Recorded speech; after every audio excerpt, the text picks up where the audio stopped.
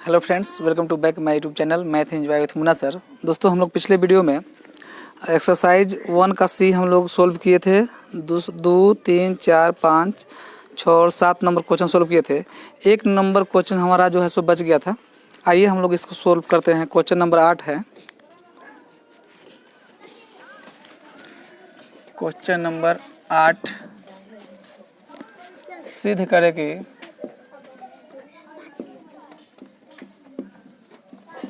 सिद्ध करे कि टू रूट थ्री माइनस 1 एक अपरिमेय संख्या है।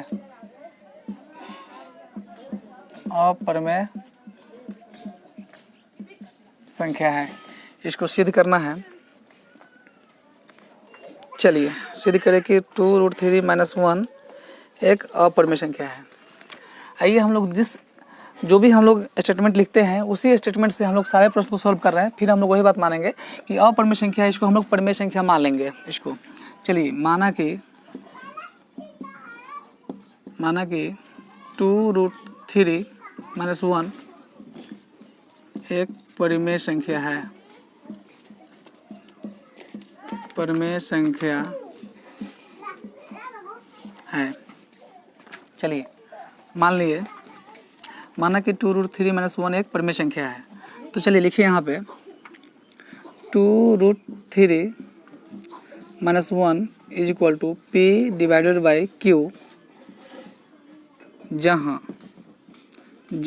Q is not equal to 0 हो तथा पी व क्यू स्वअभाज्य संख्या है। पी व क्यू स्वअभाज्य संख्या है। आप लोग जानते होइएगा स्वअभाज्य का मतलब क्या होता है। वैसी संख्या जिसका मसा जो है सो 1 होना चाहिए, वैसी दो संख्या जिसका मसा 1 होना चाहिए।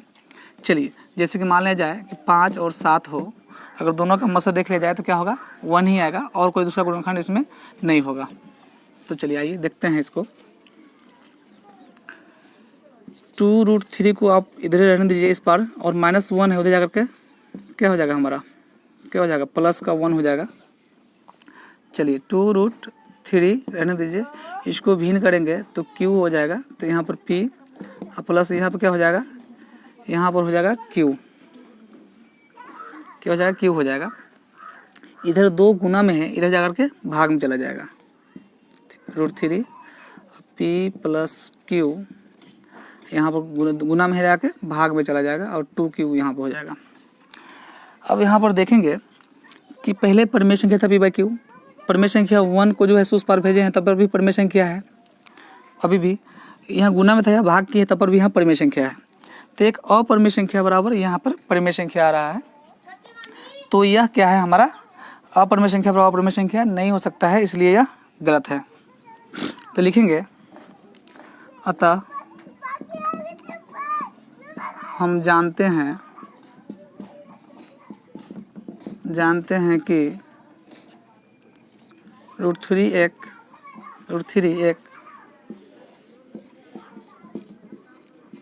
अपरिमेय संख्या है। अपरिमेय संख्या है, जबकि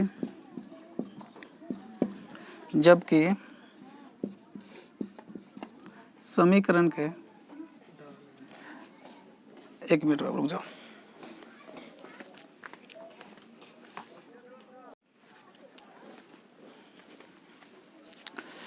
आइए, जबकि समीकरण के बाएं साइड, बाईं ओर अपरिमेय संख्या है तथा समीकरण के दाईं तरफ परिमेय संख्या है। लिखे हैं जबकि समीकरण के बाईं ओर अपरिमेय संख्या है और समीकरण के दाईं तरफ परिमेय संख्या है। यहाँ भी और लिखे हैं तो यहाँ पर भी लिख दीजिए दाईं ओर। दाईं ओर परिमेय संख्या है।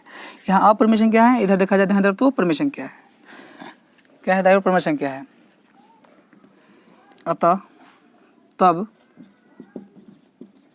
हमारे द्वारा मानी गई अभिकल्पना के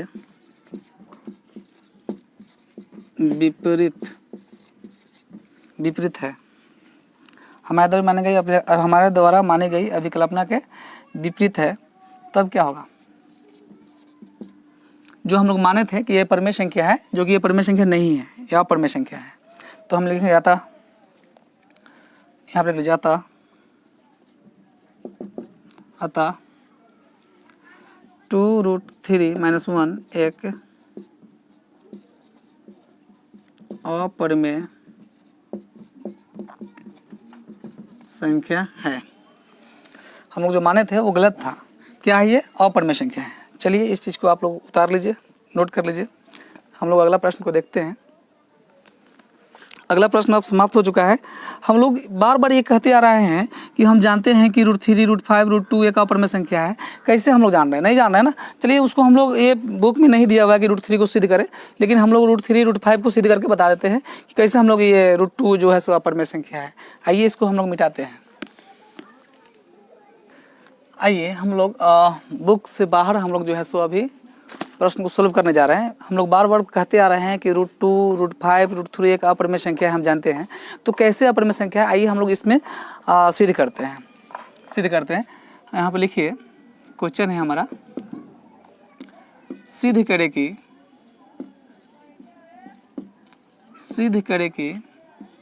√5 एक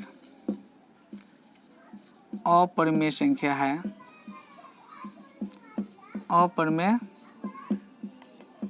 संख्या है। इसको सिद्ध करना है कि √5 एक अपरिमेय संख्या है। तो हम लोग इसको भी उल्टा मान लेंगे कि ये जो है सो परिमेय संख्या है। चलिए हम लोग इसको मानते हैं, माना कि √5 एक परिमेय संख्या है। तो आइए, तो √5 बराबर P/Q, जहाँ Q is not equal to 0 तथा P व Q स्वअभाज्य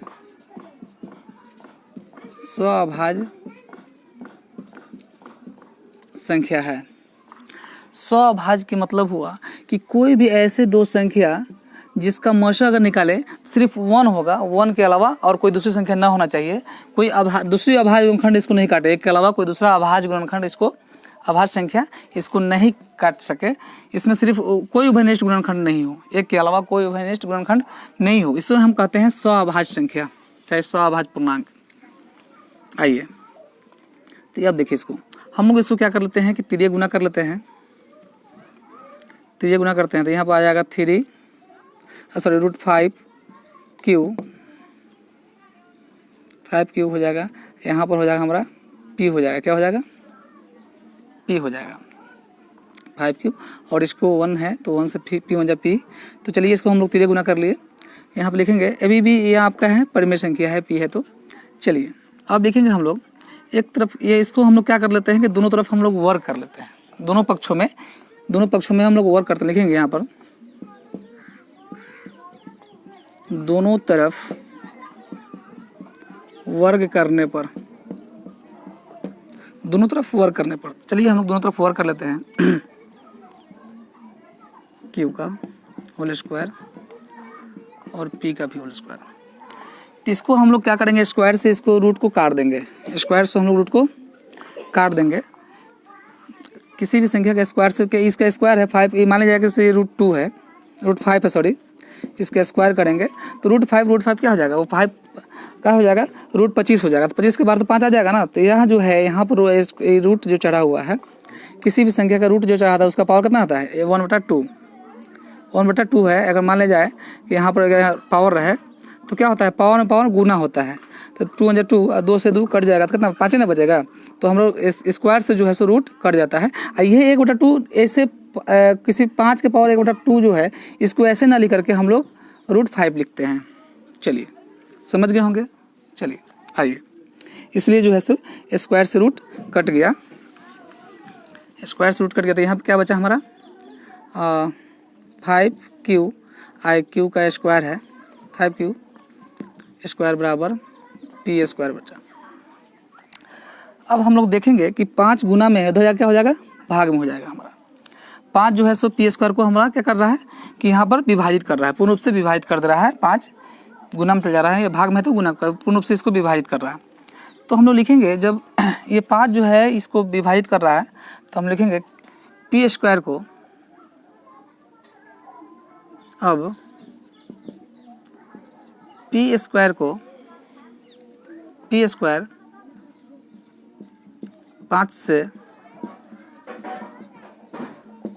विभाज्य है।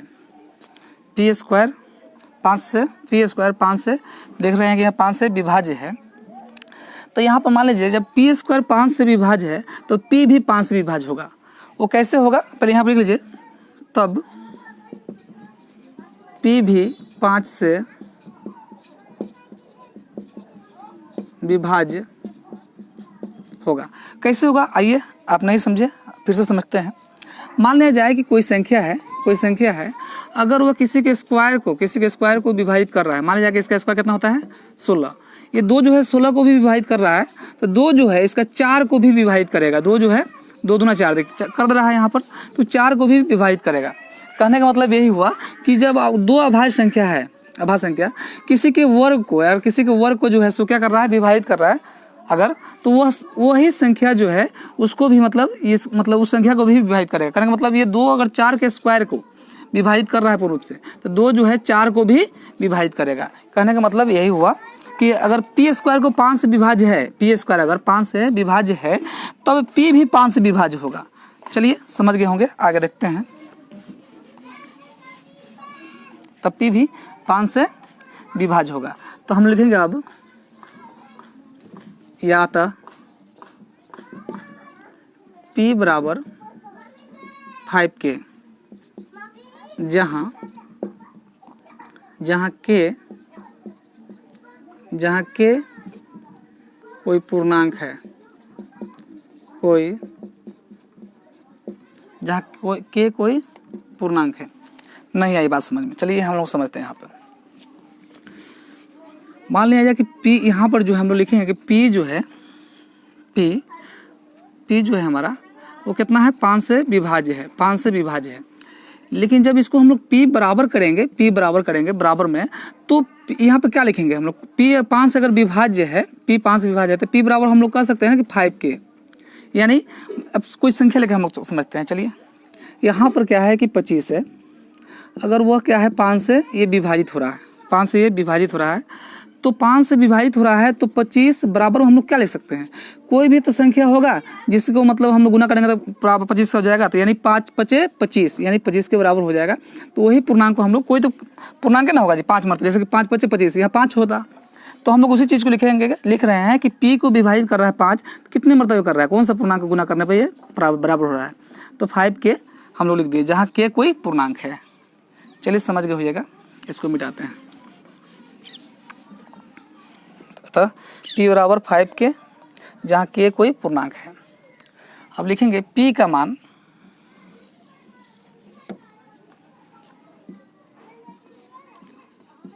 मान समीकरण, अच्छा इसको समीकरण को जो है ना, समीकरण 1 इसको मान लीजिएगा, p का मान समीकरण 1 में रखने पर, समीकरण 1 क्या है हमारा, √5 है और q है, बराबर p का मान कितना है हमारा आया है 5k आया है। चलिए 5k हमारा आया है, इसको दोनों तरफ हम लोग वर्क कर लेते हैं, दोनों तरफ वर्ग करने पर, दोनों तरफ हम लोग इसका वर्क कर लेते हैं। तो देखिए यहाँ क्या हो जाएगा, √5Q का वर्क करेंगे हम लोग बराबर 5K का हम लोग वर्क करेंगे।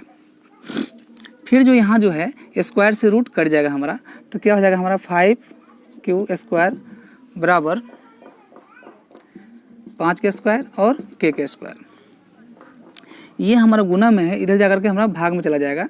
तो भाग में चला जाएगा तो क्या हो जाएगा हमारा, इधर बचेगा Q² और इधर बचेगा, अगर 5 भाग में जाएगा तो 5, यहाँ 5 2 बार है, 5 है 2 बार है 5, तो एक 5 से ही भाग में जाएगा तो कट जाएगा, तो क्या बचेगा 5K²।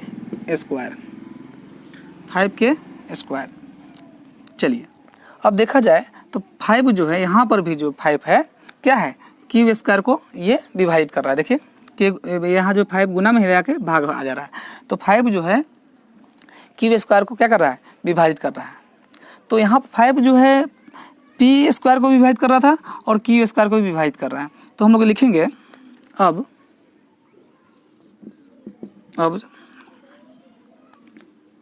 Q² 5 से विभाज्य है, Q² 5 से विभाज्य है, तब Q भी 5 से विभाज्य होगा। जब यहाँ पर Q² 5 से विभाज्य है तो Q भी 5 से विभाज्य होगा। अभी हम लोग समझे हैं, है कि नहीं, तो Q भी 5 से विभाज्य होगा। अब देखने को यह मिल रहा है कि यहाँ देखा जाए कि हम लोग माने थे कि यह परिमेय संख्या है और P व Q स्वअभाज्य संख्या है। स्वअभाज्य का मतलब उसमें कोई उभयनिष्ठ गुणनखंड नहीं है। लेकिन यहाँ देख रहे हैं कि 5 से जो है सो 5 जो है P को भी विभाजित कर रहा है और 5 जो है सो Q को भी विभाजित कर रहा है, यानी दोनों को उभयनिष्ठ गुणनखंड, यहाँ मसा 1 नहीं है, यहाँ 5 है, 5 जो है सो दोनों को विभाजित कर रहा है, यानी जस्ट उसका उल्टा हो गया। तब ये परिमेय संख्या नहीं है। तो लिखेंगे यहाँ पर, लिखेंगे अब यहाँ लिखेंगे चूंकि तब Q भी 5 से विभाज्य होगा, अतः P व Q में 5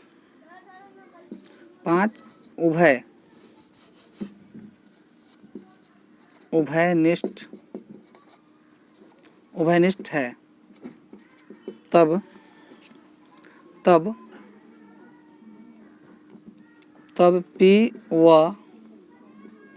P व Q 5 से विभाज्य होगा, तब P व Q 5 से विभाज्य होगा। दोनों इसमें क्या कर रहा है, 5 से दोनों को विभाज्य कर दे रहा है, यानी उभयनिष्ठ क्या हो गया हमारा, उभयनिष्ठ गुणनखंड 5 हो गया, तो जो दोनों को काट दे रहा है। हम लोग माने थे कि स्वअभाज्य संख्या होना चाहिए, तो ये दोनों काट रहा है, इसका मतलब ये परिमेय संख्या नहीं है। तो लिखेंगे हम लोग, कहाँ लिख दें, यहाँ पर लिख दें, चलिए बॉक्स में हम लोग लिख लेंगे क्योंकि यहाँ पर जगह नहीं दिखेगा नहीं। तो क्या है, 5 से उभयनिष्ठ संख्या 5 से, तब P व Q 5 से विभाज्य होगा, अतः हमारे द्वारा मानी गई अभिकल्पना के विपरीत है। अतः हमारे द्वारा माने गए अभिकल्पना के विपरीत है। जो हम लोग माने थे उसका मतलब विपरीत हो गया, उल्टा हो गया, तो ये क्या है, परिमेय संख्या नहीं है, अपरिमेय संख्या है। अतः √5 एक अपरिमेय संख्या है, अपरिमेय संख्या है। क्या है, √5 एक अपरिमेय संख्या है।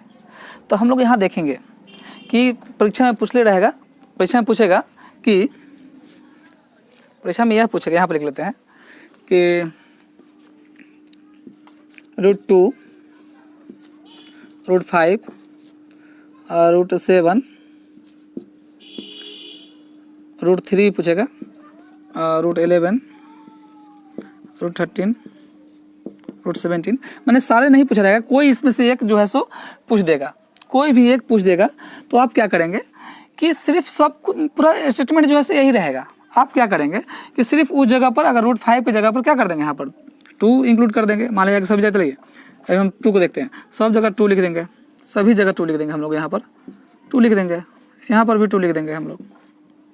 जहाँ जहाँ 5 है वहाँ हम लोग 2 भर देंगे, जहाँ जहाँ 5 है हम लोग 2 भर देंगे वहाँ पे। आइए 2 हो गया, 2 2 2। चलिए यहाँ पर देख लेते हैं, यहाँ पर भी 2 भर देंगे हम लोग, 2 भर लेंगे,